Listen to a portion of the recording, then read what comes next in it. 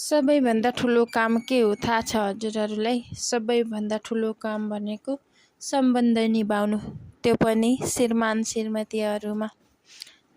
नचाहँदा नचाहँदै पनि झगडा हुने, बोलचाल बन्द हुने गर्छ श्रीमान श्रीमतीहरूमा। माया नभएर होइन, माया धेरै भएर हो। अरूसँग त नबोलिने केही छैन, तर श्रीमानसँग धेरै दिन नबोली नबस्नु। 1-2 दिनमा बोलिहाल्नु, नत्र सम्बन्ध चिसिन सक्छ।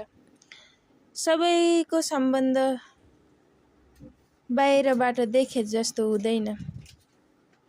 कतिपयहरूले एउटै छानामुनि बसेर एउटै चुलोमा खाना बनाएर एउटै छानामुनि 2वटा ओछ्यान लगाएर बसेका हुन्छन्, किनकि त्यो माइतीको लागि,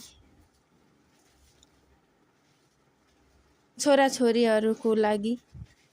अनि कसैको कहीँ जाने ठाउँ नभएर होला सम्बन्ध एउटै छानामुनि बाध्य भएर बस्नु परेको, सम्बन्ध निभाउनु परेको।